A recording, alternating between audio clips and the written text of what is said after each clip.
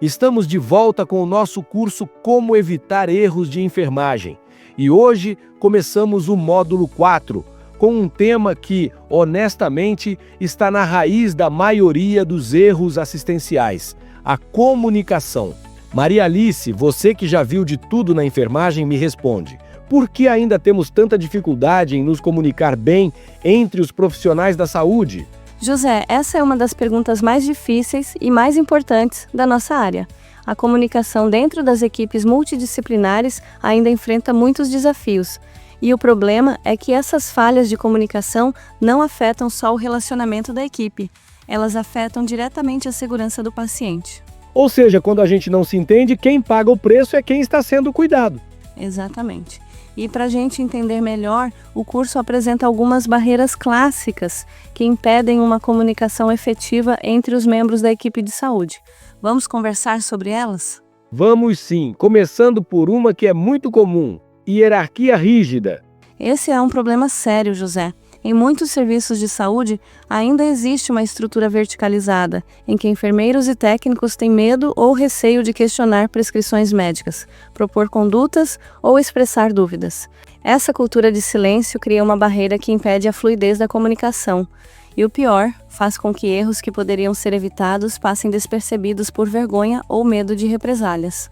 E esse medo é tão comum que às vezes o profissional até percebe algo errado, mas prefere se calar. Infelizmente, sim. Isso nos leva à segunda grande barreira: falta de escuta ativa. Muitas vezes, até existe a oportunidade de diálogo, mas ninguém está realmente ouvindo. A comunicação se torna unilateral, apressada ou superficial. E quando isso acontece, a chance de perda de informações aumenta. Por exemplo, um técnico que relata que o paciente não urinou durante o plantão e o enfermeiro ou médico simplesmente responde ok, sem investigar, sem anotar, sem observar o impacto disso. Essa omissão pode evoluir para um quadro grave, como retenção urinária aguda ou insuficiência renal. E tem também aquela famosa passagem de plantão no grito, né? Falta de padrão, interrupções, pressa. Sim, a passagem de plantão mal feita é um tipo de falha de comunicação institucionalizada, muitas vezes feita no corredor, entre barulhos, com uma lista apressada e sem nenhum foco no que é realmente crítico. Sem uma metodologia padronizada, como o SBAR, informações importantes se perdem. E não dá para cobrar a atenção da equipe se o ambiente e o formato da comunicação não favorecem o entendimento. E como as diferenças de linguagem entre as categorias também afetam isso? Essa é outra barreira invisível. Cada categoria profissional usa termos próprios, tem formações diferentes e interpreta situações de maneiras distintas. Se não houver respeito, paciência e disposição para explicar com clareza, essas diferenças se transformam em ruídos e o cuidado fica fragmentado.